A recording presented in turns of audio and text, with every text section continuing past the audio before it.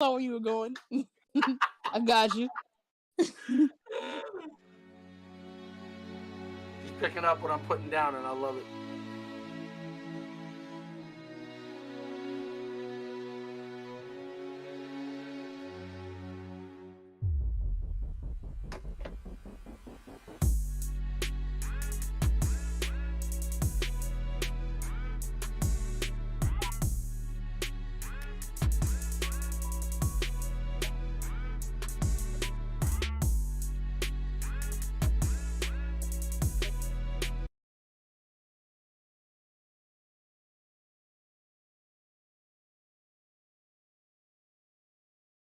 I'm good. I'm good. How you doing tonight?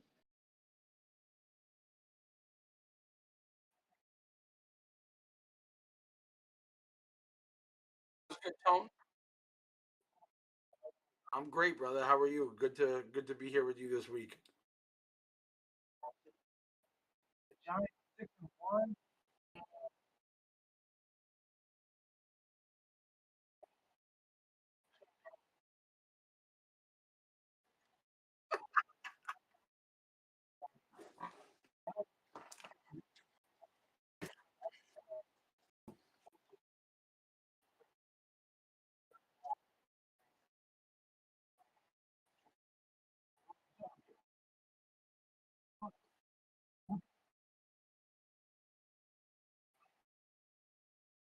Uh, I like the fact that Saquon Barkley appears to get stronger as the game goes on. Um, I think he's become a more patient runner in his maturity. I think a lot of times, his first couple of seasons, if he wasn't, getting those chunk plays, he would start pressing later in the game and trying to do too much behind the line of scrimmage. He would get hit in the backfield, try to do too much, run backwards. And now it seems he's more readily acceptable of, okay, I'll get 3 yards here. That's fine. I'll pick up. I can't hit the home run, but I'll do something here. So that makes me happy. Defense continues to bend and not break. I don't want to take all the points, so I guess I'll just end it at those two. Those two things make me happy.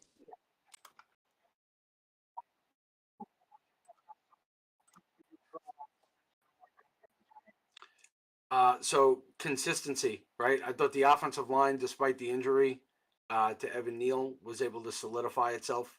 Uh, they were able to maintain what they needed to do to continue to run the ball in the second half. The Giants have proven that they're going to stay consistent to who they are as far as their identity is concerned. They are going to be a running team, and they're going to stick with that as much as possible. I know Orlovsky broke it down the other day where they showed that the Giants had 8 consecutive power running plays in a row. One with Jones and then with Barkley, right? So they stay consistent and true to who they are, which is great to see. Coaches don't try to get too cute, um, as far as that goes.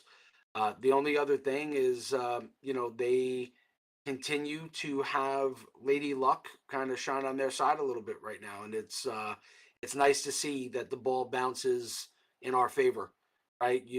ETN breaks a big run, they knock the ball out going into the end zone, right, and they come up with that turnover. So seeing that type of stuff, where it starts to make you think that your season's going to be a little bit more special than anticipated when those type of things start to fall your way. Hey, Tone, not to cut you off, but they're saying they can't hear you, so I don't know. Try to like cut your mic off. All right, got you.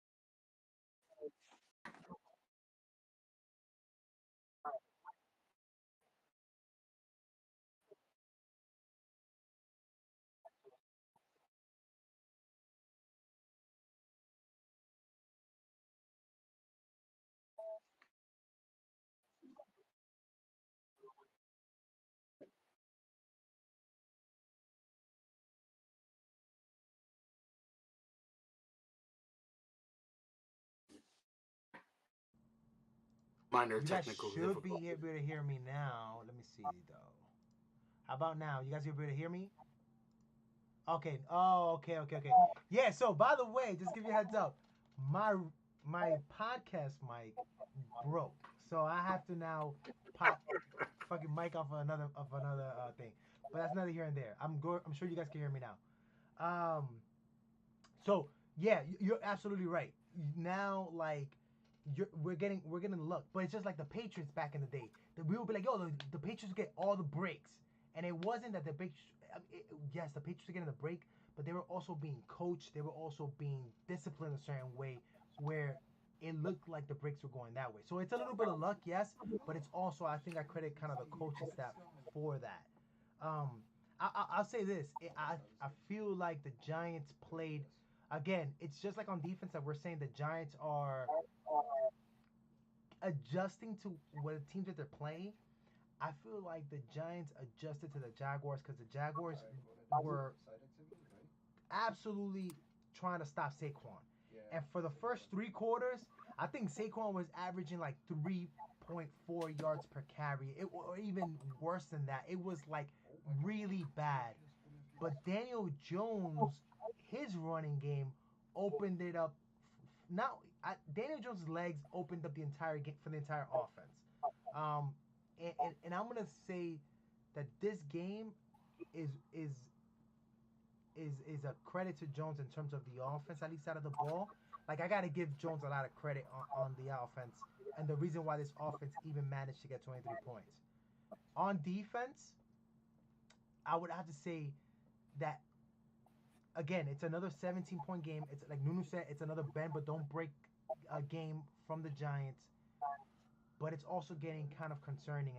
And I'll start off with saying now the negative things, I guess, for the Giants defense is Mike, remember you said this last episode, you was like, I just don't think the Giants defense is a good run defense.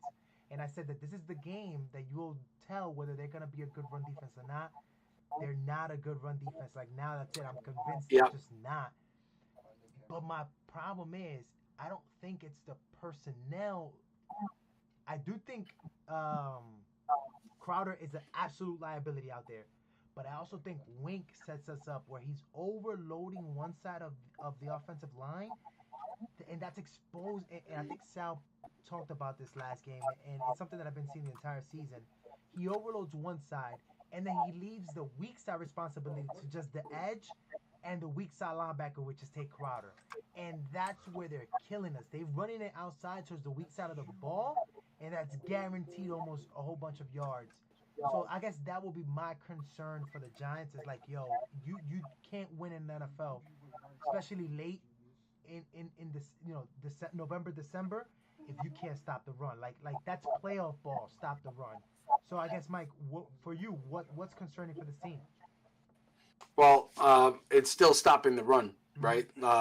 I know Sal brought it up last week that the pin and pull runs were something that we were struggling with. We continue to struggle with it again this week, and that's a direct result that the Giants run a lot of multiple defensive backs on the field. Mm-hmm. They play small, almost to the point where they're conceding the run because they're trying to protect so much against the pass and the big play, right?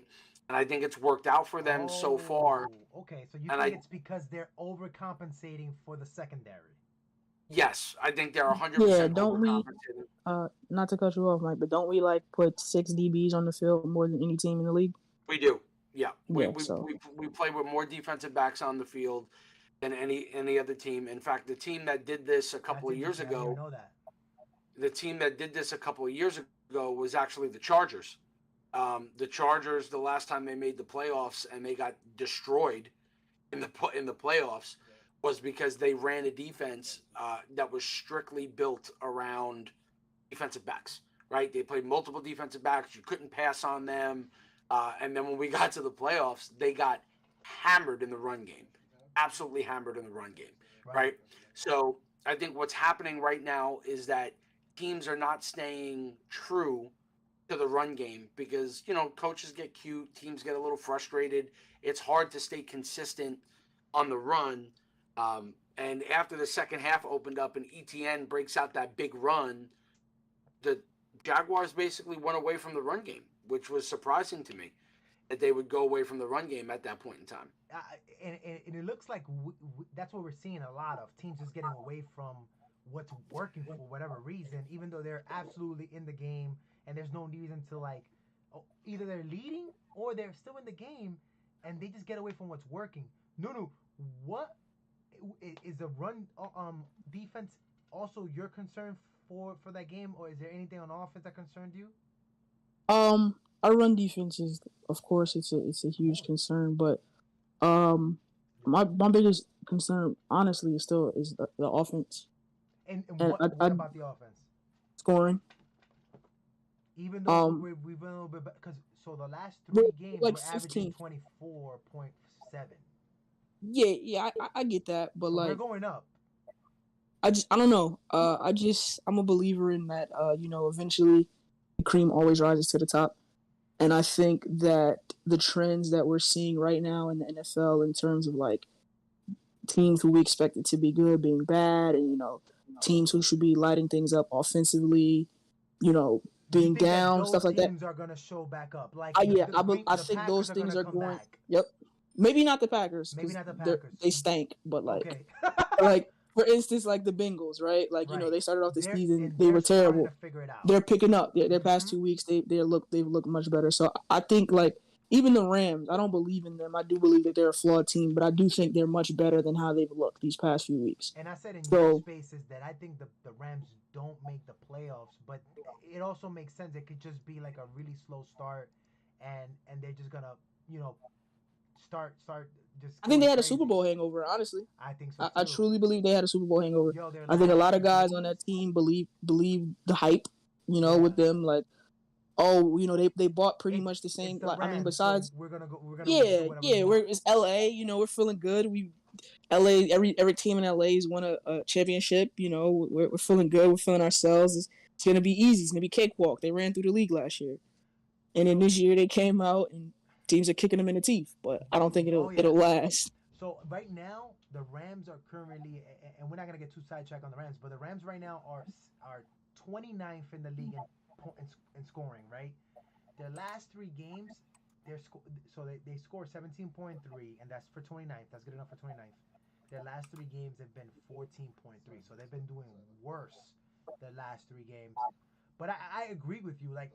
There is gonna either Tampa or the Rams are gonna stop being mediocre, and they're gonna wake up and they're gonna do their thing. Okay. So, are you trying to tell me that you think that the Giants are gonna come back to earth and kind of start being who we thought they were gonna be? Not so much come back to earth, but I think that team. It still worries me that I don't think we can score 28 points if we really had to win a game. It's great, how our defense is, and I don't want to be negative because we're 6-1. So that's not something I want to do and make it seem like everything's bad. But it worries me. If a team, I feel like if a team gets 28, 30, it's night for us. I don't see how we can get that 31st point to put us over the top of them realistically. That's my concern. I completely agree. If a team is puts up, so it's funny because that's gonna be the test probably when we see the Eagles, who are just putting a whole bunch of points up on teams, and to see how could we hold up with that. That's gonna be super interesting. I want to talk to you guys about this. Right now, Giants Twitter is on. It's one thing, or maybe it is because I haven't been on Giants Twitter. I've been training for my new job, so but I know it's been going off. I've been hearing people talk about how it's been getting crazy, and the talk is now Daniel Jones and contract extension. And Nuno, I'll go with you first, and I'll ask you the question that they asked me. Right now, are you willing to give Daniel Jones a contract? Yes or no? And then what would it take you to give Daniel Jones a contract? Yes or no? No, I'm not willing to give him a contract. What would it take for me to give him a contract? Nothing. you're completely out of the Daniel Jones boat, no matter what. Yeah, I don't care what he does. No, that's not true. I'm sorry. If he comes out in these next 10 games and he's like Patrick Mahomes or Josh Allen of last season, Okay, and we make a deep playoff run, then yeah, okay. And even still, I'm not like I'm franchising you. I'm trying to work out something with Saquon in season to extend them so I can keep both of them. hmm But short of that, yeah, I'm not giving him another contract. let me ask you a question. If you are you, I don't know how much you're paying attention to the Eagles. Are you giving Jalen Hurts a contract right now? Um, I hate to use this as a cop out. hmm I truly do, but I don't have to right now. Okay. He's in his third season. I have him under control for the next season. Are You you know, looking for a quarterback in the draft right now with if Jalen I'm the Hurts? Eagles, Yes. no, not right now. No, honestly, if I'm the Eagles, I'm trying to flip that top 5 pick. If it ends up being top 5, I'm honestly trying to flip that to a team who's going to need a quarterback who may not finish that high. And like and I'm trying to flip that pick for more picks. Why are you not looking for a quarterback if you're the Eagles and you're looking for a quarterback if you're the Giants? Um, Aren't they kind I of similar no, quarterbacks? they're in your similar opinion? quarterbacks, but I think one is playing the position better. Um, like I've seen the dialogue. The Giants Twitter, as you say, the dialogue. It's like, oh well, Jalen Hurts' numbers look like this as well, but like the difference is, They're scoring I, better. I don't not that number one, but number two, I don't have any numbers in front of me. Mhm. But the Eagles' drives when they're driving down the field, it's not all predicated on Jalen Hurts' legs. Like we don't drive down the field unless we run. Until the bye week, Jalen Hurts was just 7th in the league in passing yards. So he's being more than efficient when it comes to passing the football. You know what I mean? And if when you get to the red zone, that's fine. You use his legs, but like he's doing it better than Daniel Jones to me. And he's a Sooner, so maybe I'm biased. Alright. I'll admit it, but like no. But I'll say this, right? If I'm the Eagles personally, no, I'm not looking for a quarterback. But if they went quarterback, it wouldn't surprise me. I would 100% get why you do it. Okay, I like that. Mike, same question to you. Daniel Jones, does he deserve a contract so far? And if he doesn't, what does he have to do to get one? So after 7 games, my answer on that is no. Right, I'm not gonna jump after 7 games. Right, he's played very well the last several weeks. It's nice to see some level of consistency. The argument from fans being that if he had better receivers, his numbers would be better. Okay, so I may use that as a crutch for Jalen Hurts. Hurts has better receivers, therefore his numbers are better. My opinion, neither one of them are very good quarterbacks. So, I'm not a guy that's in on Jalen Hurts and out on Daniel Jones. I'm pretty consistent that I don't think either of them have a very good long-term future. So do I think Jones's numbers would be better if he had better receivers? Sure. Right. But I do think that right now the coaching staff has him playing at his peak. I think what you're looking from Daniel Jones right now is his peak. And hearing that, well, if he had better receivers, he'd maybe have more touchdowns or he'd have less drops, so he'd have more yards. And it's like, okay, but this is still his peak. His peak is a high-end game manager. That is his peak, right? And there's nothing wrong with that. There's been a lot of quarterbacks that have made a career in this league with being a high-end game manager, but I think that you're looking for more at the position. So for me to tell you that, what does he need to do in order to get paid? He needs to look like a legitimate MVP candidate. Okay. And I've stood by that before the season even started. Like, he needs to play at a level where there's no doubt that he is above head and shoulders, and it's not looking like the coaching staff is running things to the point where it's aiding him so much that it's a crutch for him. You know what I'm saying? Because there are certain guys that, without the coaching staff that we currently have now, around the can league, go ahead and ball. they still thrive, right? Mhm. They can still Mhm. thrive, right? So whether it's this coach or another coach, their talent is undeniable. The fact of the matter is that you watched him have a good couple of games his rookie year before he got hurt, and everyone, wow, the talent's there. And then for 2 years, he had bad coaching, and it was like, wow, this guy just doesn't look like he belongs on the field. And now we're going to go, well, 7 games with better coaching. Oh, look at how great he is. Let's pay him. Like, I just can't. I can't do that. I can't get on that train right now.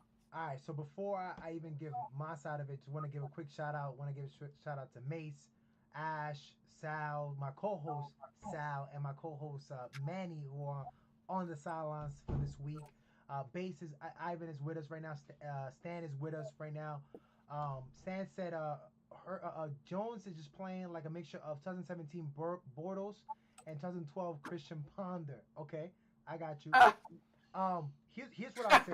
Does he deserve a contract right now? It's extension? Absolutely not. And the number one reason why I'll say this is this: Daniel Jones has not played 17 games ever in his career. Daniel Jones has never played more than 14 games in one season. You, at the end of the day, durability is part of being the quarterback of any team. So if you can't be on the field, then you can't be the quarterback of the team. I can't give you a contract if I don't know if you're going to be on the field. So there's no way that right now in week 8, we're entering week 8, we can talk about contract. Not only do we have to see him improve, but we also have to see him be on the field and actually be present. Because that's part of having just your franchise quarterback, is a quarterback is being available for you. And that's a good point, Tone. That's a really good point. I hope he does play every week. You know what I mean? I hope he does make it through every single game this season, and he avoids injury, and he goes out there and plays. That has been an issue for him. Something tells me that this year he's going to find a way to play in all these games. I think he is going to play in all 17 games this season. So the my sad part is, was at the beginning of the year that the Giants were gonna be a 10-win team, but they were gonna actually I was gonna be they were gonna be a 10-win team, but they were gonna but Tyrod Taylor was gonna start in the playoffs. That was my prediction of what was gonna happen, because I just don't trust his durability. I don't want him. We hear some people that we were in the chats with where they get like, oh, I wish that he would get hurt and he wouldn't play and blah, blah, blah, blah. Like, I don't wish that. I want him to go out there. Go out there. I absolutely hope that he does stay healthy, because that's going to, I don't wish that on nobody. I don't wish injury on anybody. That's bad juju on yourself. You know what I'm saying? I do believe in, you don't wish negativity on anybody. You know what I'm saying? I just view it as, if people believe that this coaching staff is this good, which they appear to be this good, right? That they're getting this much out of Daniel, I would find it very difficult for a new GM that is getting his first bite at the apple to being a GM is going to say, I am going to now tie myself to a guy that I didn't draft, right? And we as fans could say, well, look how good he's playing right now. But if you trust this coaching staff, if they go after a guy that they feel has superstar level talent, physical talent, then you should be able to trust that this coaching staff will be good enough to make sure that that guy finds the success and takes this team to another stratosphere for where it can go, right? Right now, everybody's comfortable with the winning because we haven't won in so long. So it's like, no, this is bound to continue. Right. And I don't necessarily know that it is, because, you're talking about next season, you're going to have a much harder schedule. What I'm more interested to see, as opposed to just that, is as teams get more film on the tendencies of this coaching staff, right? How do those teams adapt to that, right? When we play Dallas the second time, how does Dallas adapt, right? When we play the Eagles, how close do those games actually look? Because the excuse right now is we're winning and we don't have receivers and Jones looks good. So what are we going to say if we go up against those teams against Philly and we lose those games? What are we going to say? Well, we would have won them if we had better receivers. But right now you're saying, oh well, we're winning because Jones is carrying it. But then when we lose, we're going to say it's everybody else's fault and not his. Like it can't be. It's either that you're all in together as it's a team win and everybody's working together, or it's a team loss. And you can't sit there and say, well, because they don't have this and now they lost the game. Well, it's because of that. But when they win games, it's because the quarterback is so great he's elevating. It doesn't work both ways. So I'll say this though, unlike you two that you guys just Daniel Jones, unless Mike, you said he has to show Patrick Mahomes type of stuff or just not Mahomes. Yeah, No, not I said Mahomes. that. I said that. Okay. No, for me, it's not Mahomes. I need he has him to to show look. you that he's the one carrying the team. I'm guessing you're saying carrying it through his arm. No, right? he needs to look like a legitimate MVP candidate. Okay. So the other fans that will jump in. Who's on that level? To give me a quarterback example of an MVP that's not an MVP because he's not winning MVP. He's just not. But at least who's playing at MVP caliber? Like who do you want to see? Like Burrow type of looks. Burrow would be a prime example. Herbert. Right? Where Burrow would be a prime example. He's got a terrible offensive line, right? And even after all the money they went out and spent on it, it's still pretty abysmal in terms of their offensive line. And he's playing at an MVP caliber level. Right. I mean, look, I don't think anybody here right now would say, "Hey, let's go give $40 million a year to Geno Smith."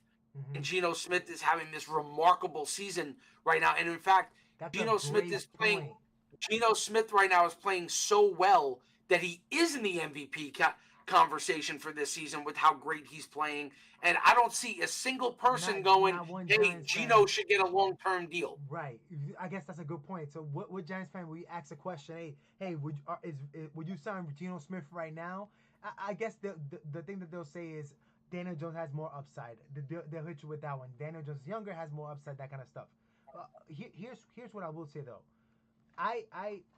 My gripe with Jones has always been a couple of things. It's been he takes too much time in the pocket. He's undecisive, right?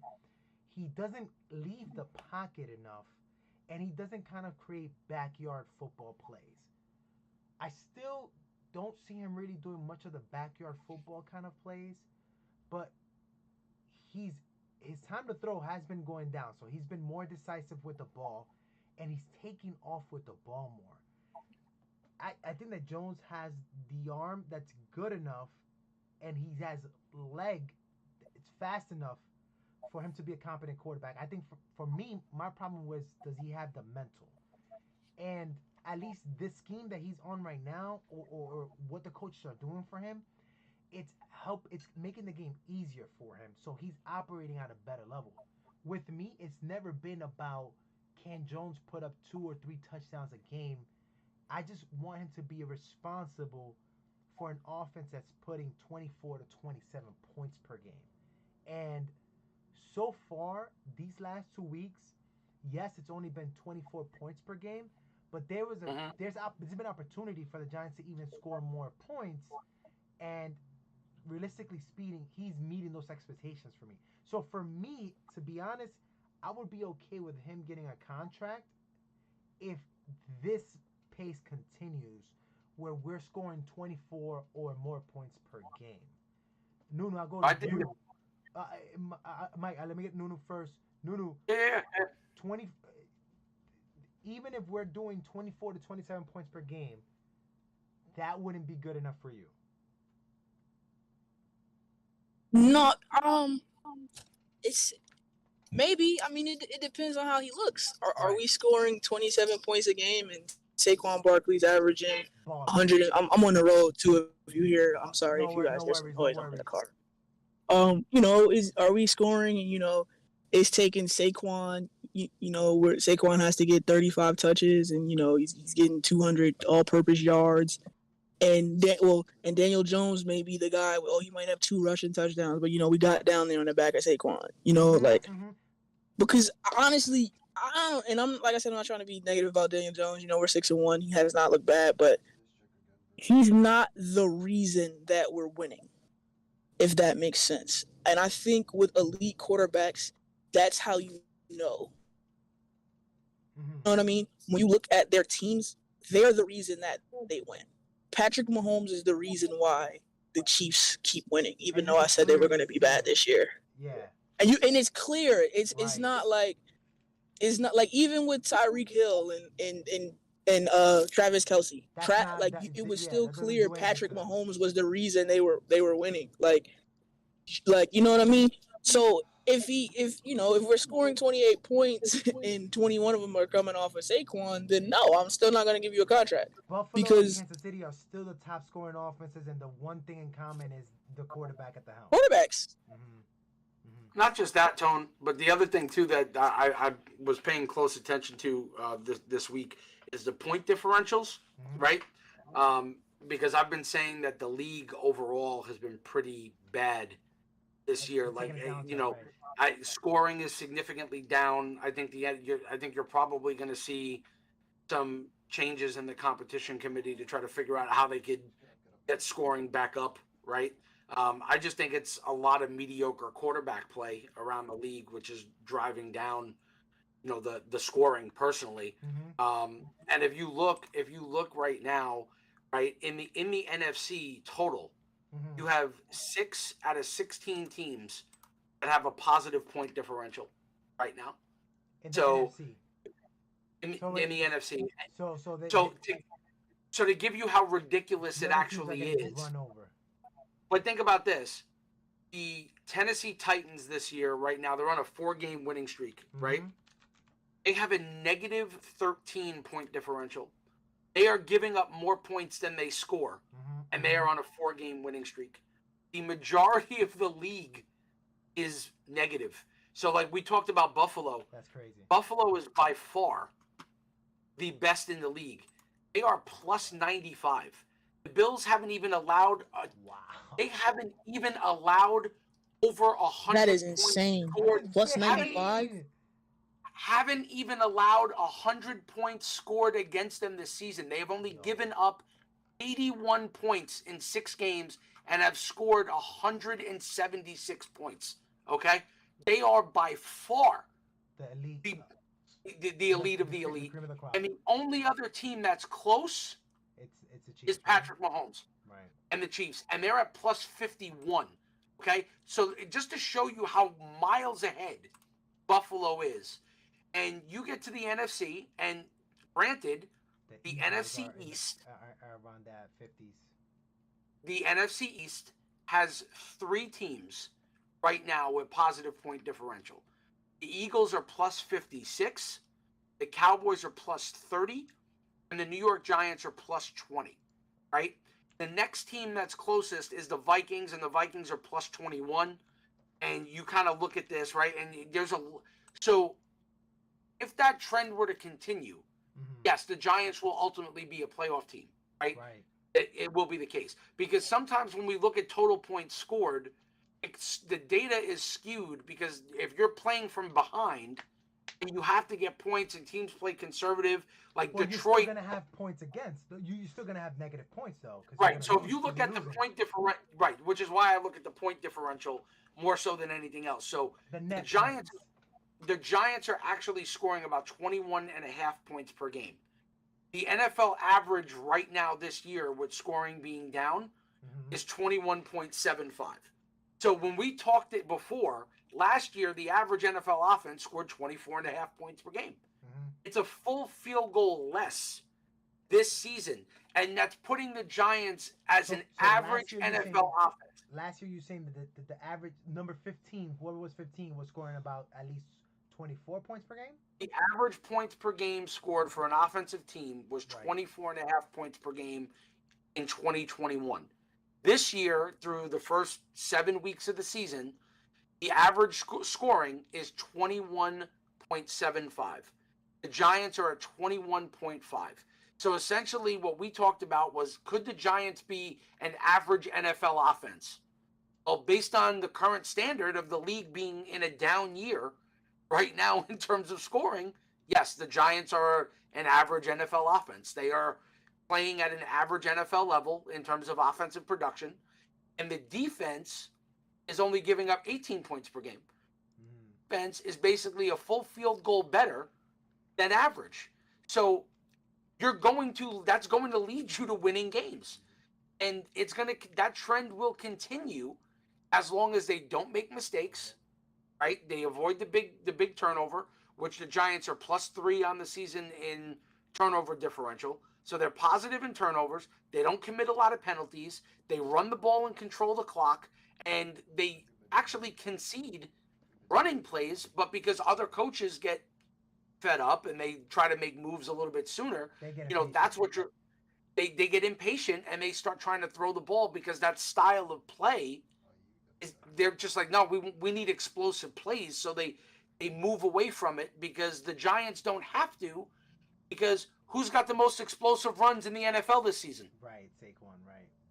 Right, so they're not getting explosive passing plays, but they're getting explosive running plays, which is allowing the Giants to flip the field. They did this multiple times against the Jaguars in the second half, where Saquon had about 3 big runs where he basically broke the game open.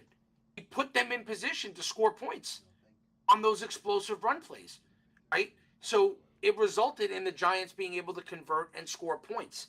So what you're watching is the team is scoring at an NFL average, right? They're an average NFL offense by this year's standards, right? And the defense is an above-average defense. If you're those two things, you're going to win a lot of games, and you're likely going to make the postseason. The problem that they're going to run into is when they play Philly. Right. When they play Philly, Philly is +56. So Philly is actually better than the Chiefs are right now, right? So in terms of that, so the Eagles are going to be the most challenging team the Giants will play next to the Cowboys and the Vikings. Okay, so let me ask you this question. We run into the Eagles. What does it mean anything if we beat them? Yes, it means everything if you beat them. What does that mean? If you're able to beat the Eagles with what the Eagles have right now. Never mind +56. The Eagles are the Giants' biggest rivals. It's not the Cowboys. It's not Washington. It is the Eagles. Right. The Eagles right now competitor. Are the best team in the conference. I don't think that's debatable. Right. So if you're going to go up toe-to-toe with the best team in the conference, and Daniel Jones wants to prove his worth, you can't come out of those games losing those games. And not just losing them, you can't come out of those games looking like you're not close to winning them. Right. You've got to. You could say that it was the Cowboys game. It didn't even look. Score could have been close. They didn't look close at all. I don't even know what the score was, but I think that game did not feel like it was a close game. At no point did it feel like we could win that game. In fact, what it looked like was the team was overwhelmed. It looked overwhelmed. They looked physically overwhelmed. That what the Cowboys have from a roster standpoint Jones right now in that game. Whether Jones, irrelevant to that. Right. What the Cowboys have from a roster standpoint, from the top down, right, is superior talented players than what the New York Giants currently have on their roster. And so do the Eagles. And so do the Eagles. And quite frankly, so do the Minnesota Vikings. Yes. So you're going Rams, going to get an opportunity. Right. There's a lot of teams. But we don't play those teams. We don't play those teams. We might in the playoffs if we see in the first round. But where this team is going to get its measuring stick. It's going to be week. Is going to be when they play the Vikings, the Eagles, and the Cowboys, and you've got 4 games against those teams in your last 10. So if we lose all those 4 games, we still can make the playoffs. But it's gonna be like you guys are a joke of a team in a sense. You know what I'm saying? It's fool's gold in a way at that point. Yes, I think if they beat Philly, they are making a statement about beating the Eagles and putting themselves in once or twice. Do you think we have to beat them twice or just once? I think it's twice. Once good. I think it's twice. You think they have to beat them twice? I do. If they want to be taken seriously, If they want to be taken seriously, they got to win those. They got to win those games. Handily, or just like Gano kicks a field goal with 3 seconds left. I don't care how they win them. I think it don't matter. I don't think care how win they is win win, 'em. yeah. But I would say this: if we win Cowboys the second game, if we win one from the Eagles and beat the Vikings, we have to be considered a legit team. Yes, and I will promise you though that you could kiss that Cowboys game Goodbye. out the window I because hope if you not, 'cause think it's Thanksgiving, if fudge if you think Dallas is losing to us and Thanksgiving. on Thanksgiving in their building, because you got to remember the Cowboys don't play a short week. The Cowboys never play a short week with Thanksgiving. Okay. So the Cowboys are going to be well rested. So they go from Thursday, or they go Monday, Thursday. Is that what it is? I mean, Normally they go Thursday. Oh, what? That's the cheat code. So it's one of the things because the Cowboys volunteered initially when the NFL was hosting Thanksgiving games, Yeah. or they gave them a break as a result of that. So, you're talking about, in fact, let me just double check and confirm to make sure that. And while you're checking that, I just want to read some of the comments real quick. Sal said in terms of Daniel Jones, he runs a lot because his play designs are bootlegs and RPOs, where he only has one read defensive player before making a decision, and it's simplified to his strength, which is running. Manny said, my other co-host, shout out to Manny, said if DJ looks good, makes a good playoff run, and has the numbers, and we have no chance at a top tier quarterback in the draft, plus AR hasn't declared, would y'all give him a team friendly extension? Sal said, no such thing. History tells us that those who attempted short term QB deals always fail. Sal was right. So, okay. So here's my question to you. By the way, did you get the answer on Dallas game? Yeah. So my mistake this year. They are playing 4 days prior. The Cowboys will be playing. They'll be playing the Vikings at 4:00 in Minnesota on the 20th. On the 20th. Before, right? We play the Lions on the same Sunday at 1:00. So that benefits us in a way because we're playing the less thumping team in a way. The Cowboys are gonna come out of that game more beat up than us, supposedly. I mean, who knows? I'm willing to bet you right now the Cowboys lose that game to Minnesota, and they're gonna be primed up, ready to go, my friend. Trust me. Yeah. The Cowboys very rarely lose on Thanksgiving. I mean, rare. It's rare. Interesting. That they lose. Very rare. You know what? I don't even I haven't even really tallied that before, in terms of the Cowboys and stuff like that. And I don't think we've played them. On Thanksgiving since like '97 or '96 was the last time we played them. Let me ask you a question. In terms of quarterback, just forget about Jones at the moment right now. Y'all see somebody in the. Do y'all think that this front office, Shane in particular, he's like, yo, I'm looking for the next Josh Allen or Patrick Mahomes this upcoming draft, and I don't care what happens in my season. I know that if I want to be a playoff contender every year, I gotta have a Patrick Mahomes or Josh Allen on my team, or Herbert, or so. Is that what you think it's the thing about this front office? And Nuno, I'll start with you. Do you think that's what it is with this front office, that they need to have that quarterback that every week gives them a chance, and that's just never going to be Daniel Jones? No, I don't think that's what it is. Okay. I think it's bad business to hitch your wagon to somebody else's horse. Daniel. No matter how good Daniel Jones plays this year. Okay. At the end of the day, it's just this year. And but you're also not giving him. Let's say, for example, okay, he has a good year, but you're saying, but hey, you only had one good year out of 4. But how do I know that this is not him moving forward, though? What I'm saying to you is this, right? You take over a business, right? And the guy who has been at the head of your business, he had an okay first year running it. You turned a little bit of a profit, whatever the case may be. Okay. It's been abysmal the past 2 years. And then this year, it's decent. It's not elite. It's decent. Right. But you don't want decent. And for your business, you can't afford to continue paying a guy or to put your future on a guy who you don't know if he's the decent guy from this year or the guy who showed a little bit of promise the first year. or if he's the guy from year 2 and 3. So wouldn't you rather go out and identify someone yourself, so that at least if you fail, you failed on your own merit? Okay, now let me follow up with this. If you don't like a quarterback, or if you don't feel like a quarterback in this draft is that guy that you're willing to sell the picks, you'll give up all your picks and your future picks. There's not that guy. What do the Giants do this upcoming season? I think the Giants told us what they were going to do. Most of Tyrod Taylor's money is in next season. Copy.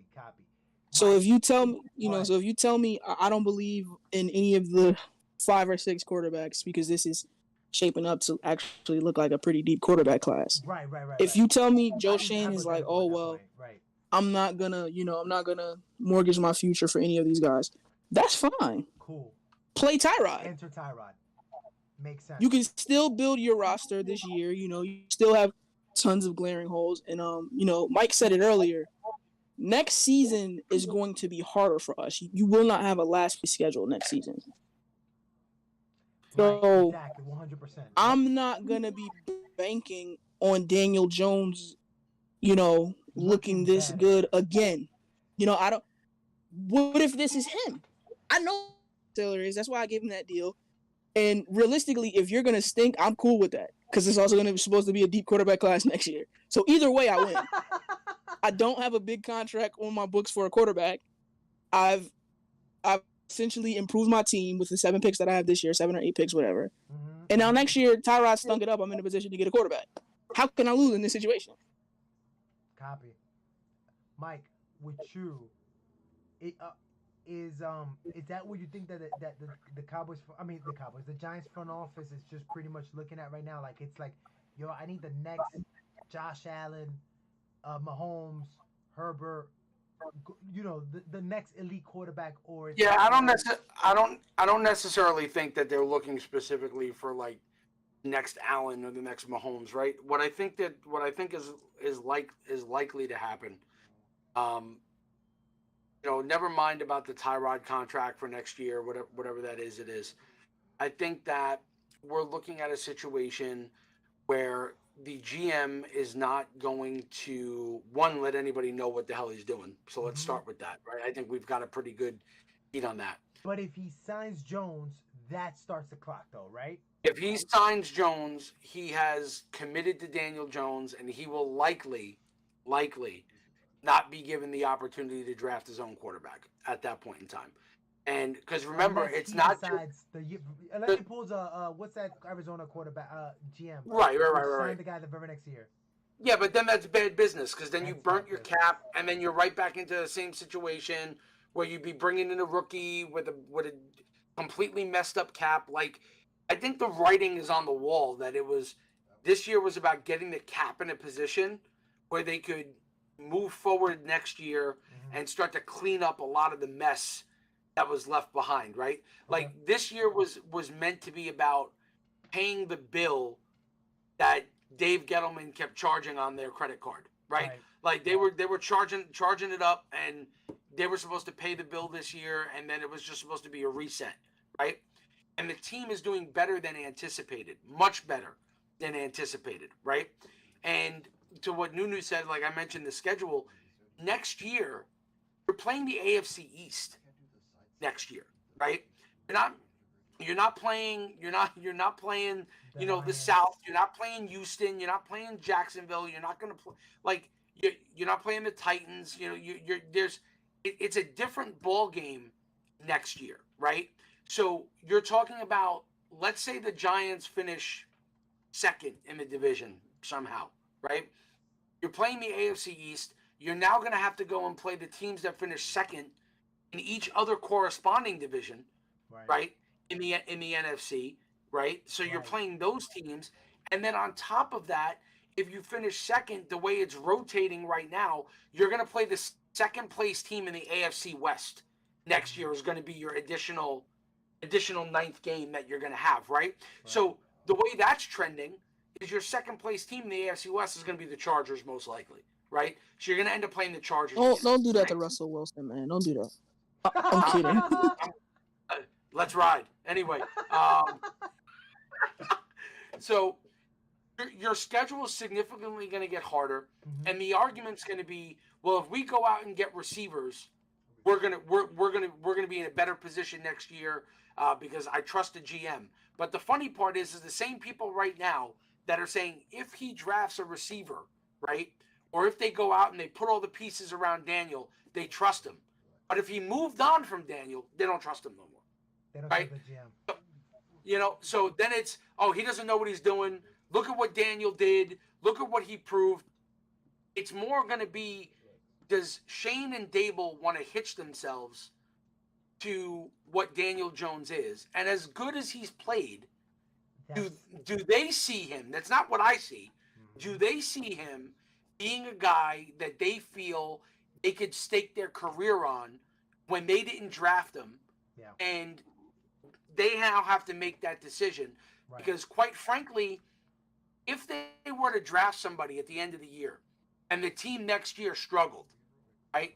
And Jones goes and he has a 500 season, you know, with another team, and that team, you know, makes the playoffs, or they go 9-8, and they, whatever it may be, and Giant fans are up in arms, right? You know who we would sound like? The Buffalo Bills fans that were up in arms after Tyrod Taylor took them to the playoffs, and then the following year they said, screw it, we're moving on because we've got bigger plans for how we want to run this, right? And they went and they had their conviction, they trusted their coaching, they trusted their evaluation, and they made the move. So at year's end, interesting regardless of the fact. This at year's end, great. Let me tell you, at year's end, if they commit to Daniel Jones, and clearly they see something in him right. that I don't see, right. and I'm going to trust that they're going to get it right.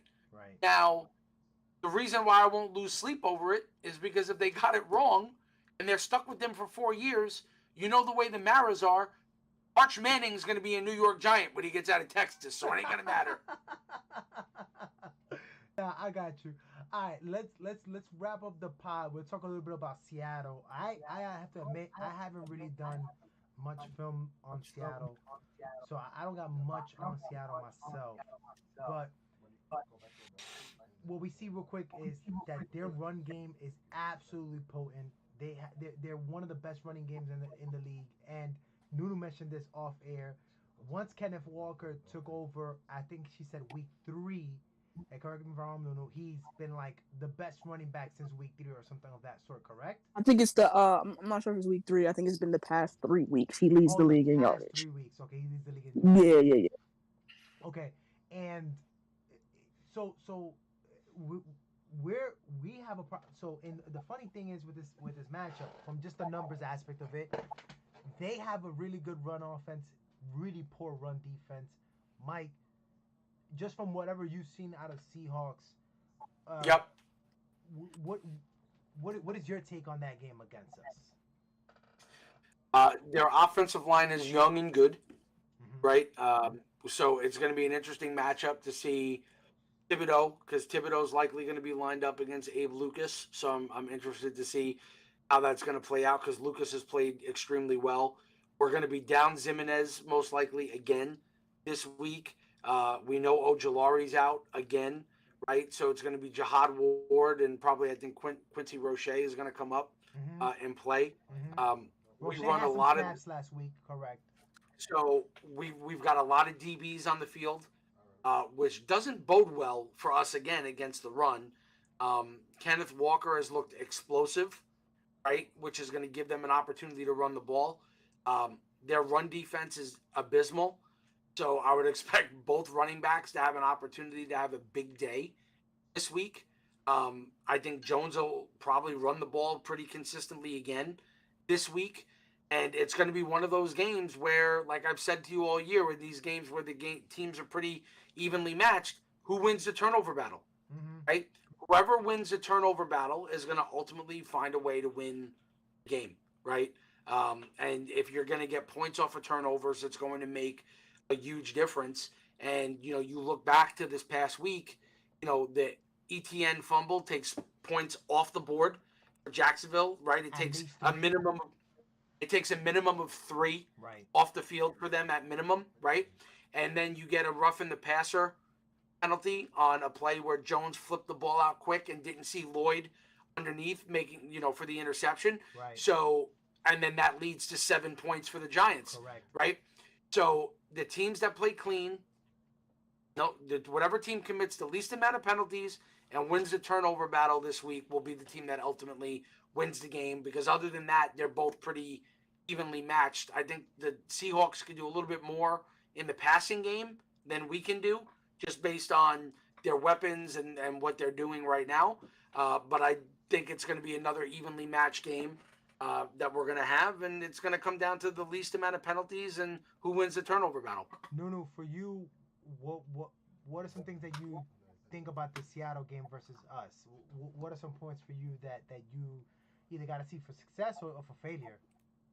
I'm interested to see how Geno looks throwing the ball, minus DK, because I don't think he's gonna play this week. Right. But Geno has been like slinging the rock. Right. And they're the best wide receiver who they'll have is probably going to be going up against our worst DB in Darnay Holmes. So even minus DK, that still leans to me advantage Seattle.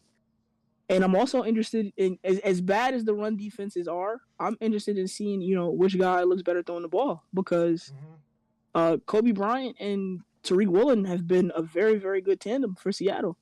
They have rookies starting at cornerback and rookies starting at both of their tackles positions, and they're all doing and they're killing it exceedingly well. So I'm interested to see if guys are able to do anything, if Darius Slayton is able to do anything against Tariq Woolen. I'm gonna put it out there, disclaimer: I don't think he'll be able to do much. And that's not a knock on Daniel Jones; it's more of a knock on Darius Slayton, believe it or not. So yeah, that's I agree with Mike. Turnovers, but that's the story of every game. If you lose the turnover battle, 9 times out of 10 you're gonna lose the game. So 100%.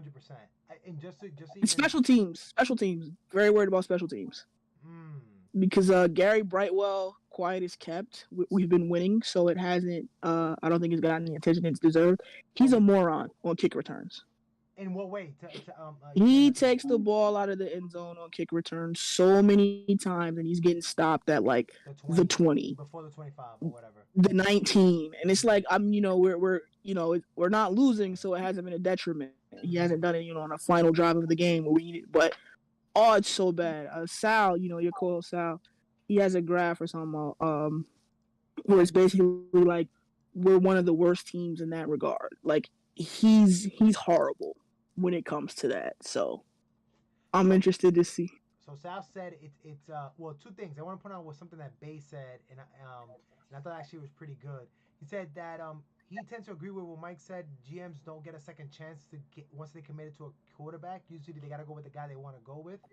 But he says that John Mara might not want to deal with another firing of another coach, of another GM.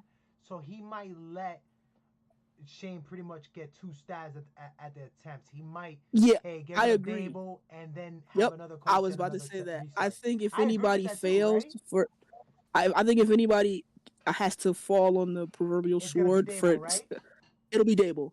Joe Shane will get to pick another guy. He's not, he didn't want to fire Jerry Reese. The Eli firestorm forced his hand with that. Right. And Jerry Reese had been terrible for years. Sorry, I don't like to talk bad about black men, but dude, just don't get your job. Dave Gettleman got to literally ride off in the sunset. We were one of the worst teams of football for 4 straight years. Right. So if anybody's going to get a long leash, I believe it'll be Joe Shane. Brian Dable will probably get I don't even think he'll get fired early. He just won't get an extension after his 5 years is up. So if that quarterback fails. So Brian, okay, I guess and Sal was talking to Brian. He said he has to convince Shane that they're going to consistently compete for a title to win. And then what Sal said is that Seattle mostly runs zone blocking. It's not pulling. It's not any strong powers. It's not pin pulls. It's just zone. So it's a different type of run scheme than what we're running. So that's gonna be interesting to see which run scheme is actually gonna be relevant in this game. And just to give you guys a heads up on Geno Smith, he is on pace to have his best season like by a mile. If he needs 2 more touchdowns, which could possibly come in this game for him to have the most to be tied with the most touchdowns he's ever thrown in a season, and he's doing that in 8 games. This is gonna be his 8 games. In 16 games, in 16 games he had 12 in 1 year, and in 14 he had 13. So he could have 13 this year in just 8 games. He has 3 interceptions only, which is the lowest in terms of his ratio. In terms of his completion rate, he's actually 12 points higher than his average for his career. So this guy is just is reinventing himself at this point right now. Is it sustainable? We don't know because it's only 8 weeks into the season. We got to see if this holds up for another, 14 to week 14, week 15, and see if Geno is the real deal. I'll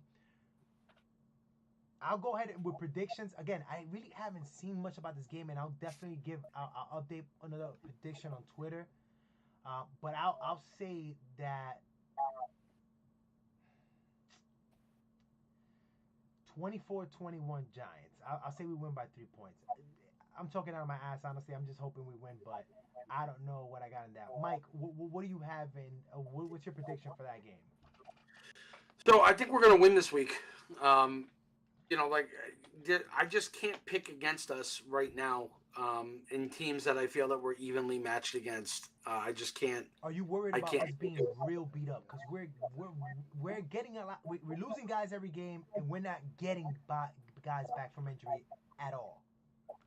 Yeah, no, I get that. I also get the fact that after this week it's the bye. So you know what I mean. Like I think that I think it's legitimately plausible that they're going to be 7-1 right now at the bye, just based on how they're playing. They play too clean.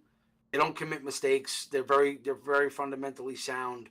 I can't sit here and say that they're going to come away with the win. And going up to Seattle, I mean, Seattle's a challenge, right? They got to go up there. They're a good team right now.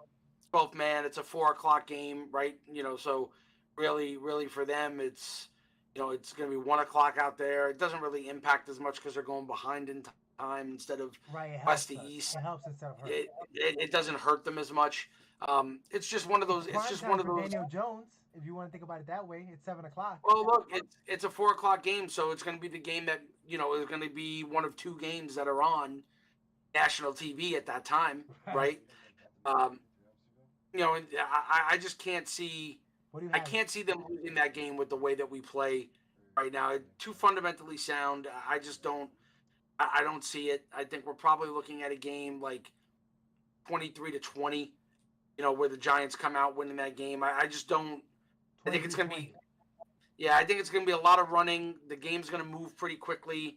There's not going to be a lot of stopping of the time. The clock's going to run. So I just don't see it being anything. Yeah, I just don't see it being anything more than that. No. What about you? What do you got this game at right now? I hate to go against the grain. I actually have us losing. Okay. And it's I think Geno Smith is like out for revenge, and I don't even think Geno Smith is that damn good. But you think we get cooked? I think we lose like 28-24 maybe, 28-21 maybe, something like that. I think it'll be close, like not a blowout. I don't think they're gonna like put 40 points on our head or something like that. We just can't keep up. But I just think Seattle, like you said, the 12th man, they're juiced right now. It's a young team like us, but they have the good vibes flowing. Geno's looking up, and I mean, like, even last week they won. Their offense was flowing, and DK got hurt, like, and they're just like, sometimes when it's your year, it's your year, and I think it's both of our years. In fact, like I think we're both riding high, but I don't know. I just think because we have to go to Seattle, and that's a tough place to play, and our run defense is abysmal. I'm just gonna give the home team the edge. Nothing has nothing to do with personnel or anything like that. Copy. I'm gonna give the home team the edge. Let me ask you a bonus question. If we win, Nuno, I'll go with you first. If we win, are we looking to trade to buy in the trade deadline while we're in a buy? Win or lose, I'm not trading anything for anybody, no matter what. Is the team? again that you don't want to do it. No, If this team I'm does it- saying no. No. I don't. Win or lose, I don't think Joe Shane is trading anything for anybody, regardless. Mike, if we're 7-1 on the bye, are we bringing anything in? No, I don't see them doing a single thing. I know that some fans don't like hearing that because they want to have belief that they're gonna go on this magical Super Bowl run, and if they just only get Daniel Jones, wide receivers, this team's gonna take off and all that other stuff. And this team is not in a position to trade draft picks for that are going to be affordable, cheap assets for them to continue to build the roster the way they see fit, to roll the dice on a player that someone else just is fed up with, right? They're not going to get a DJ Moore, right? The Panthers want a first round pick, multiple firsts. You're not getting him, right? That So Jerry you're talking Jeudy about stuff gets me so mad. yeah, I mean, look, it's and even the rumors about that is that the Broncos asking price for Drudy is a first, right? Oh. Like it's just what these teams are going to ask for relative. It's just not worth it. I just don't see them doing a thing, regardless. And I think like Shane said, they're going to work with the hand they're dealt. Yo, so I'll tell you this much. I think if we're 7-1, we'll go get Roquan from the Bears. I don't, because I'm telling you, I just don't see them trading away assets, and Roquan's going to need a contract. I think they'll give it to him. I think the Giants will absolutely. He would be a vital piece in this contract and his defense. Let me ask you a question. Just putting this out there. You have to trade an asset for Roquan, Right. then pay him, Right. or the season ends, and because you were shrewd about your salary cap position, you go and sign Tremaine Edmonds to be your middle linebacker next season. Is Tremaine Edmonds gonna be available in your opinion? He is. He's a free agent. And the Bills wouldn't be able to pay him because he's overpriced. And a reminder But I would reminder rather that take Roquan than I would take Tremaine. and the reason I'm saying it is And Tremaine's been in the league. And I would give them both the same contract. Tremaine, yeah, but one I have to trade a draft pick for, the other one I don't. Is getting Roquan as a free agent not an option? It is because they're rebuilding too. 'Cause Probably over there. That's what.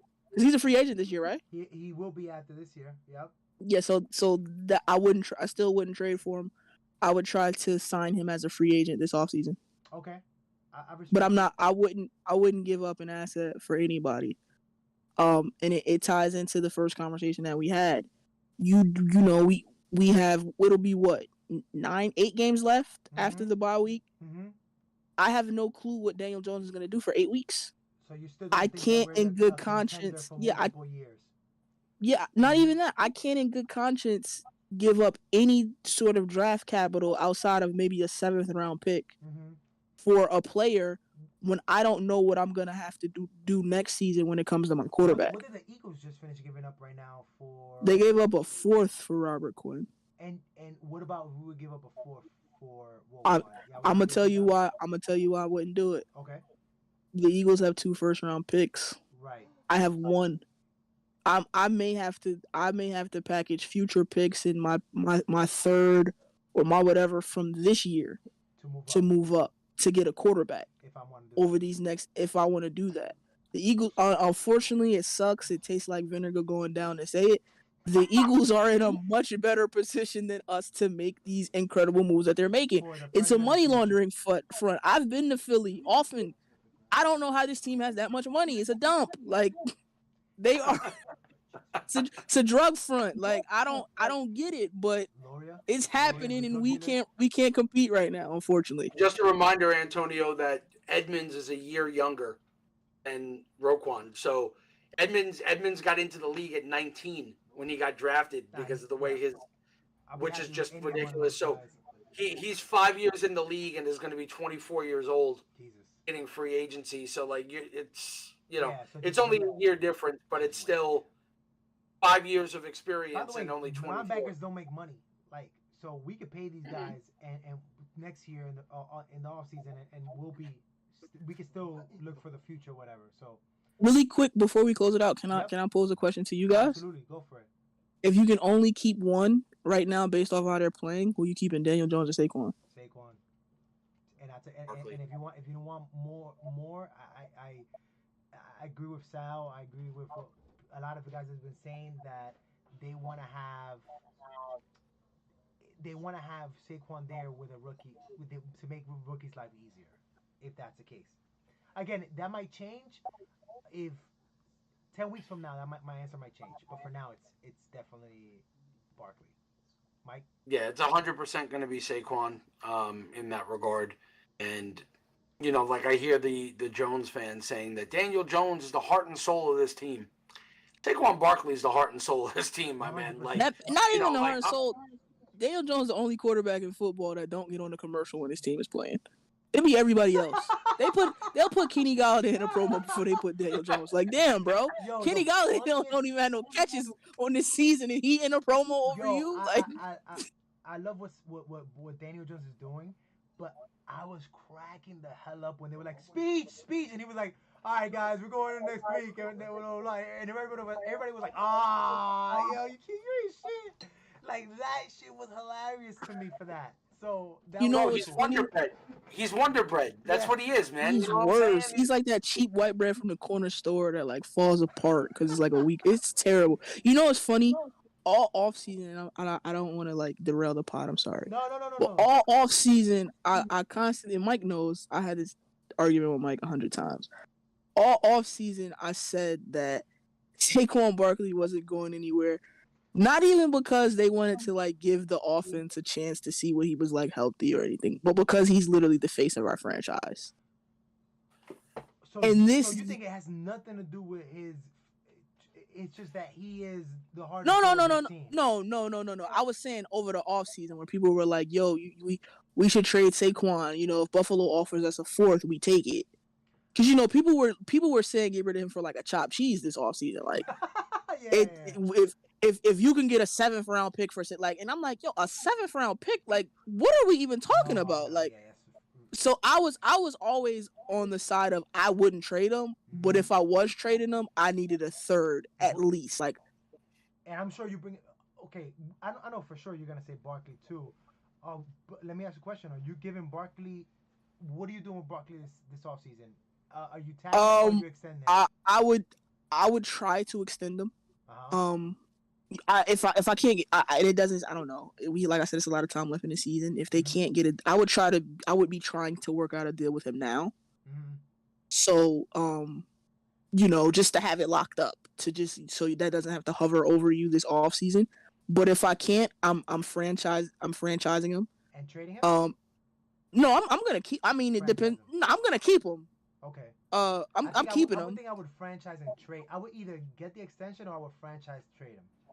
No, I'm gonna keep you because realistically, like, I can do to you what the Commanders, well, they were Redskins at that time, but what they did to Kirk Cousins, and it's much cheaper because you're a running back and not a quarterback. But like, I can keep you for 2 more years. Then don't play. You're not gonna get paid. Now, listen. There's certain things that I and Nunu's. We right saw about how that this. worked with Le'Veon, right? Like, So like, if you want to go that route, go ahead. Right. I'm sorry, Mike. Go ahead. No. If And you're, the I'm gonna be CBA very. is that much stronger now that if you sit out, like it's super trash for you. First off, if you sit out as a running back, you're literally killing your career, right? You're killing your career. That's number one. Number two, You don't believe in fresh legs? the smart business decision is if I go to Barkley and I'm trying to negotiate a contract with his agent, right? And he's represented by Rock Nation, right? Highest paid running back in the league gets like $17 million, right? This dude's gonna ask for like $20 million, okay? He's gonna say, look at what I did, Better than this guy. and I'm gonna say I'll give you a Nick Chubb deal. That's what I'm gonna give you. You can get a Nick Chubb deal, and he's gonna say, nah, I want what McCaffrey got, and I'm gonna say, well, now I'm tagging you, and I'm paying you $12.5 million, fully guaranteed, and then he's gonna go, all right, and he'll pout about it, and he'll play the thing or whatever, and then he'll show up, right, and he magically won't practice a lot because, that's what they do, right? And then the games will come and he'll play. And then when the season's over, if he didn't get hurt, I'm going to go to him and then now offer him the same contract I offered him in the beginning. But if he refuses again, I'm going to tag you again because I don't need to pay you. And after 2 tags, you're talking about a running back that played 7 years, that's had multiple injuries. And after 7 years, it's over for you, my friend. You sound like Dave It's over. Gettleman. That's not a Gettleman move. That's just In the sense of like you're not considering also what the locker room is gonna think of you. You're not thinking about the human aspect of it though. Let me tell you something. There's a human element. This GM is really concerned with what the players think of the organization and the front office. Then if that's the case, if he's not at my price, I just let him go. Mhm. I let him go. I would tag him at least 1 year. I would 100% tag him for this upcoming season. Yeah, at the very least, you're a Giant in 2023. Mhm. That's it. You're getting tagged this year. I'm paying you, guaranteed. We're bringing you back. At the end of that season, if we can't work out an extension at my number, I'm just going to let you go and take the comp pick. That's what I'm doing, right? Because let me give you a perfect example. I saw a rumor earlier. I don't know if you saw it, Antonio. The rumor is the Eagles are actively pursuing Alvin Kamara right now. Okay? What? Yep. The Eagles are actively pursuing Alvin Kamara right now, right? He probably The a Eagles- first, right? No, it wouldn't be a first round pick. Not with what his salary is. Mm. No chance. But if let's just say Kamara got traded, Right. hypothetically, right? He gets traded to Philly. Right. That's the 2 highest paid running backs in the last 3 years Getting that back. got traded in the last 2 weeks They got moved. after the teams gave him the extension. Mhm. It is clear That's when a you bad pay the business running backs decision. big money, these guys get paid. You get a good ROI for like year 1, Mhm. and then the second, third year, the injuries mount. Mhm. They don't play as much. You got all this money on the against crazy. your I cap, hear and the that. guy's not on the field, and you're gonna look at that and go, you know what, this ain't working. Like, Mhm. so You're not I making saw the impact that I wanted you to make, right? In terms of the win. it's like you sign the contract and both sides say, oh, this is great for both of us, and then in 24 months, the team is going, shit, this is really bad. How the hell do I get out of it, right? And that's what you got, right? So take it for what it's worth. And personally, to what Nunu said about him being the face of the franchise, Saquon Barkley being a New York Giant was ultimately the reason which made Odell Beckham expendable. He Because, was the face of a franchise. and I was very clear about that actually when Barkley did get drafted. Barkley is quiet. He's like the company man. He does exactly what he's gonna do. He's not. So you're flashy. saying he's a mascot? It's like, no, don't play. Don't you dare. Don't you dare. But I'm No, joking. what I'm I'm saying joking. is- what New Yorkers kind of look for. Think No. about Derek Jeter, the quiet. Yes. Go to He's a work. very quiet leadership, I put my says the hard hat small on, I go to talk, work, Yeah. I don't talk, I'm not press. flashy, Mm-hmm. my play is impressive, and I just let my play do the He talking. looks like he came out for of me, Derek right? Jeter school. Yeah. And quite frankly, when they brought him in, as great of a player as Odell was, because Odell was such a lightning rod Right. in terms of what he was on everything outside of the team, right? And Right. some people say distraction, whatever it may be. Pretty much that's what this guy Tyree just finished coming out Barkley- and saying that he was a distraction. Saquon Barkley fit what the New York Giants organization is. Right. It is a stuffy it's a stuffy like blue collar, very just like But it's white collar Yeah. actually. Yeah. the Yankee fans and the Giant fans are like the same shit. Okay, they just are. You think Right. so? They are, which is why most of them are Giant fans and Yankee fans. That's why it aligns that way. They are like that, okay? Hi. They have this they don't like brashness, right? They want to watch their guys play, and they want their guys to perform, and they want it to do well, but they want them to be humble, and they don't want them to be braggy about it. Like, Okay. which is why Shockey fell out of favor here.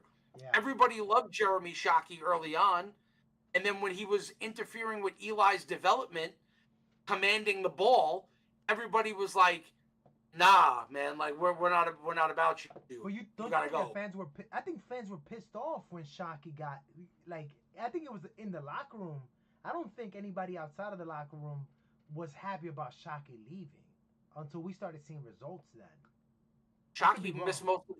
He missed most of that season in the Super Bowl. I mean, run. yeah, So, Kevin Boss was our tight end when we won that Yeah, Super like, Bowl. he So I was think by that point, no pun intended, it wasn't like a real big like. and thing, the bigger 'cause it's I like- forgot that he won the Super Bowl too. I forgot he and you know what the bigger kicker is, Nunu? You know, to me about all of that, like when you hear a lot of the Jones supporters try to compare him to Eli, and you know what Eli had with his team, and this and that and blah blah blah. Listen, Amani Toomer was a very good wide receiver, right? He wasn't a Hall of Fame caliber wide receiver. He was just a good New York Giant wide receiver. He was a good. Never was solid top guy. 10 in the league. Steve Nothing. Smith in 07, right, was just a good, solid possession receiver. Kevin Boss was just a good, solid tight end, very similar to what. Nothing elite. Maybe Plaxico was the thing that was elite. And Plaxico was the guy that they brought in, and I don't disagree with that because Plaxico was a stud, and Pittsburgh, let him go because He got Pittsburgh better in New York. He did, but the point being is that Eli got better when Shockey and Tiki were gone. Okay, so they removed two guys, Tiki being the best running back the franchise had up until that point, right?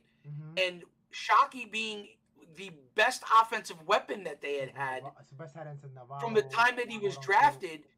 And they basically were like, yeah, you guys all got to go, right? Tiki retires and Shockey's But gone. how do you think that applies to Jones, though?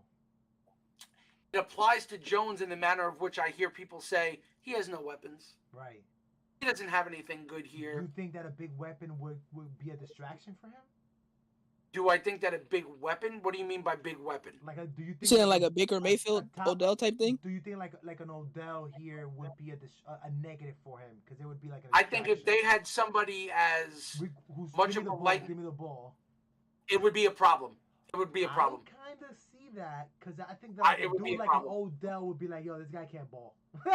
Like this guy can't play.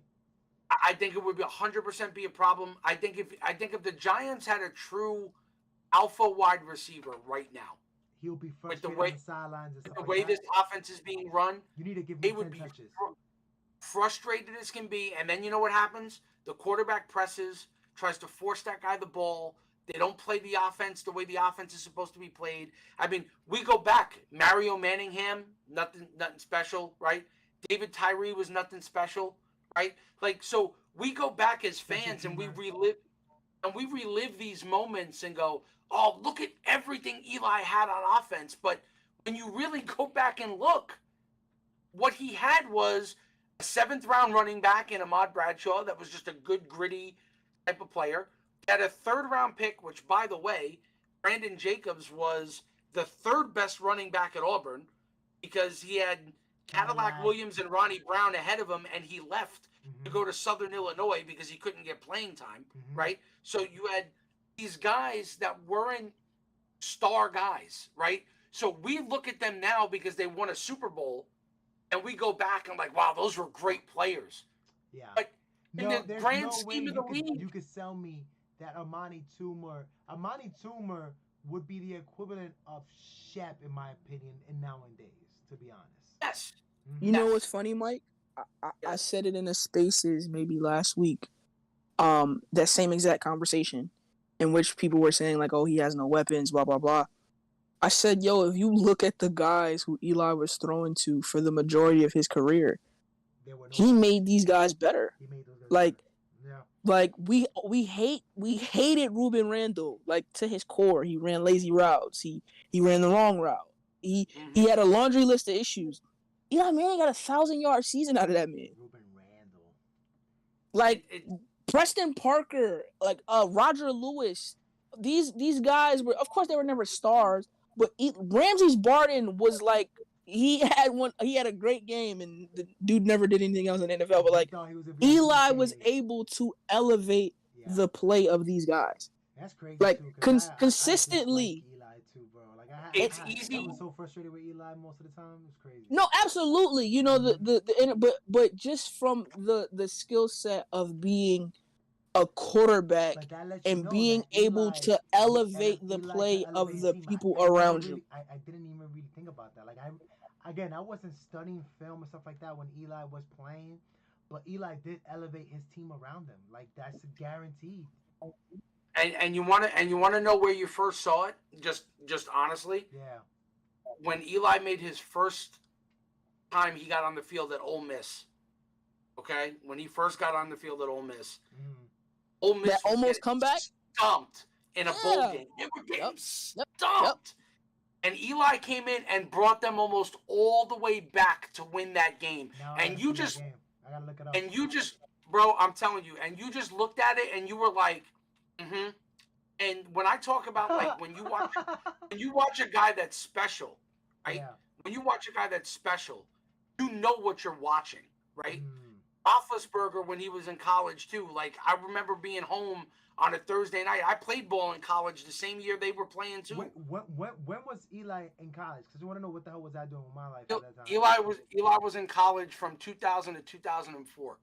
Yo, 2000 I was 6. Yeah, Okay.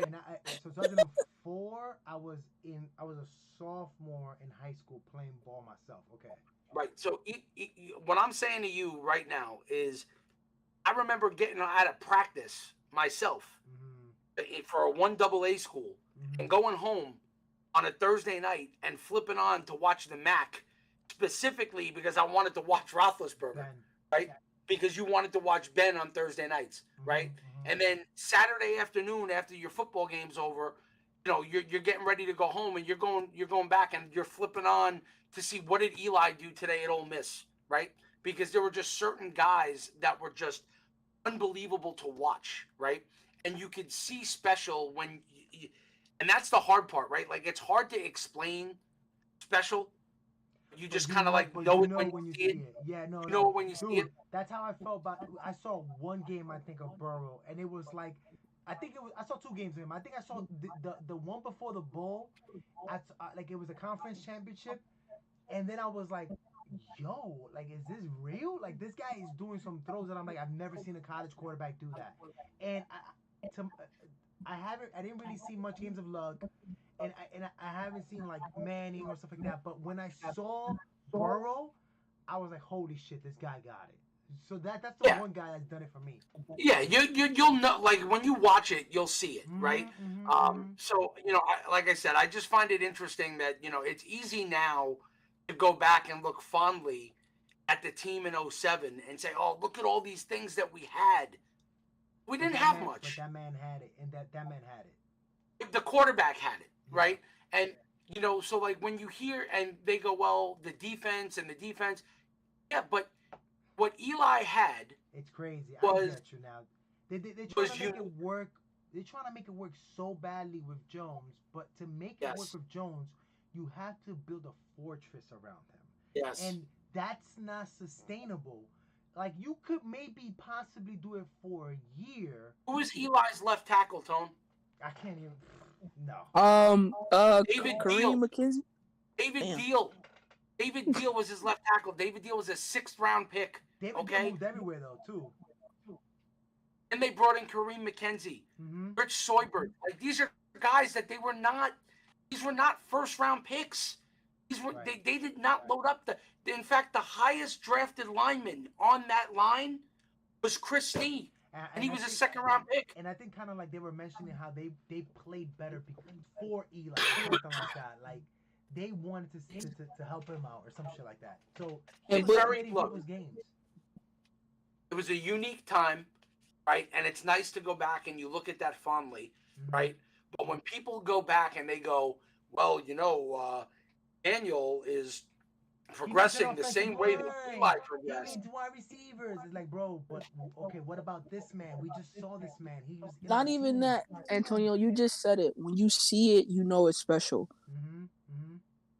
That's the number one reason why I hate the Jones and Manning comparison, because Eli Manning was rightfully the number 1 pick. The Giants rightfully traded what they traded to get Eli Manning. It was clear you do this for him. I didn't know who the hell Daniel Jones was until like the week before the draft. Like, I had never heard of this dude. Like, And I'm you like, watch listen, college ball. I wasn't watching it that Okay. I wasn't watching it for quarterbacks. I was like watching it like I would watch the games, but I was never like, all right, well, who are the quarterbacks? But listen, Antonio, I've told the story before, Mike. I'm sure you've heard it. The night of the draft, all leading up to the draft, they're like, yo, only one team has Daniel Jones rated this high, and I'm like, no way.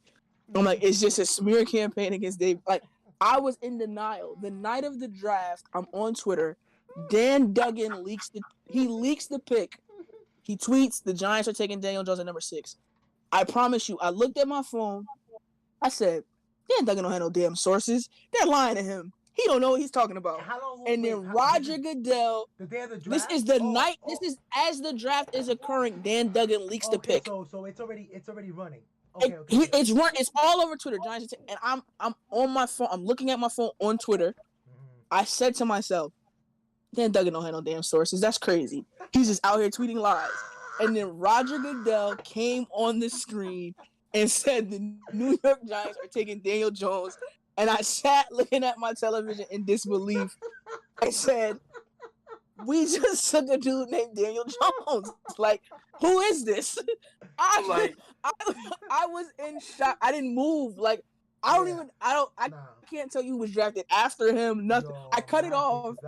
And then I cut it off. And then I remember we picked at 17. I'm like, damn. I'm like, I bet.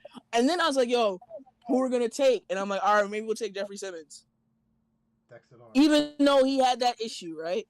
And then they said Dexter Lawrence. And I said, who the hell is Dexter Lawrence? Like, why are we taking these guys? So, I'm going to make you laugh, Nunu. I'm going to make you laugh. So I watched the game that Jones played against Clemson, okay? And there was a play. Dexter Lawrence came at him and buried him. But Jones rolled to his left, right? He rolled out to his left. He quickly turned, set his feet, flipped his hips, fired the ball downfield, hit his receiver dead in the hands on a crossing route, right, on a deep post, and the receiver dropped the ball while he got crushed, right? Yeah. And I texted my buddy that night, right, and I said, the Giants will be taking the quarterback from Duke. I literally texted him that night. And then 3 weeks before the draft, I was like, they're going to take the quarterback from Duke. Like, it's going to happen. They're going to take the kid from Duke. And he was like, nah. I'm like, I'm telling you. Why you thought that, though? Because I know the organization, right? See, like, with Joe Shane being there now, I don't know shit. Right. Because I don't know I don't have a trend, right? I know. But the Giants for 10 years were the same, like, backward ass. But I know, not just 10 years. I know what they look for because what they used was George Young coming in, and George Young had shit on paper. You know who else does that shit? Belichick. Belichick has tight end too. We're looking for a guy that's this height, this weight, that could function like this. And that's what they scout for in the draft. They don't. So when they take tight ends, it's because Bill has it broken down. This is the type of tight end I need. Go scout those guys. So that's how the Patriots end up getting a guy where everybody else goes, why'd they take that dude? And then the guy ends up being well. It's because for their system, they've already identified a certain skill set. This is right? What I need. Size and speed. George Young, his exact thing was never take a quarterback under 6'5".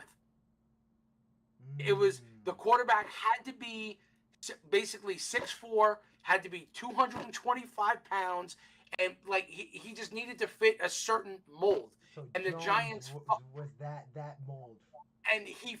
But it was look at the way it went. It went from Phil Simms, that Young drafted, right? They turned it over to Hostetler. And they end up finally getting a decent quarterback as a bridge in Kerry Collins. Collins, big, strong arm, right? Big body, big frame. And then where do they go from there? Eli Manning, 6'4", right? 225. It's the same thing. after 1 year, after the next, after the next, after the next, which is why I swore that if they were taking a quarterback in 2018, it would have been Josh Allen, because Josh Allen was the only one that fit the mold. He was the only one that would have fit them. That would have fit the mold. The strong arm, dealing with the wind at the Meadowlands, all that. He was perfect for what they wanted, but they just couldn't let go. Right? They just couldn't let go. They just clinging as long as they could. Right. So we're gonna get through this. We should wrap now, but right. We're gonna get through this, and we'll see the way it goes. And it's gonna be interesting to see the way Shane goes, because when he was with Buffalo, where did they go? They went big height with Josh Allen, the big body, the big frame. You look at this draft, there ain't that many guys that fit that frame mold. So Anthony Richardson is going to be a giant. I got you, Mike. I see the vision. I see the vision. He's the only one. He's the only one. And if you're talking about next year, the only one is Caleb Williams. Those are he ain't even that big. I'm with you, Nunu. I'm with you. Right? I'm with you. I'm sorry. No, I'm with you. I got a lot of hate in my heart for him. I'm sorry. I'm sorry. But does he have a cannon arm like AR does? It ain't AR, but I don't say anything good about Caleb Williams. I'll leave that to Mike. I hear you. All right. Yeah, go ahead. Oh, good. Let's wrap it up, because we're about to go in 2 hours right here, man. Yeah, my bad, Toad. No, all good. It was dope stuff. Mike. Nunu, give me your @ on Twitter so I can go ahead and whoever's looking out here, go ahead and follow you. It's @easily Nunu. Easily spelled with a Z, EAZILY. Nunu, NU. Simple. All right. Mike, give me your @ so I can go ahead and have people over here bother you, brother. Yep. It's @MikeySaid66. Alrighty, and just real quick, big shout out to everybody who was on the chat with us. Nimar just finished saying that the Knicks won. Shout out to the Knicks, man. I actually want them to tank, though. I'm gonna be the ignorant fan, because I want them to get the #1 draft pick, but they also have a whole bunch of draft picks. I don't really know much about the Knicks. I don't know. I'm not gonna act like I know about basketball, but hopefully the Knicks will get their stuff together. Big shout out to Nick on the chat, Sal, my co-host, Manny. Shout out to them. Shout out to everybody who came through, man, for breaking tackles. Yo, guys, let's see, man. It's gonna be interesting to see. I agree with everybody said. I don't think we're gonna. I want a linebacker, but I'll wait till the off season, because I don't want to give up anything this season in terms of trades. I think that the jobs, even this team is doing good. I don't think that's the point of this. That's the long-term goal of this team. So again, for Nunu, for Mike, I'm Tone, and guys, have a great one, and thank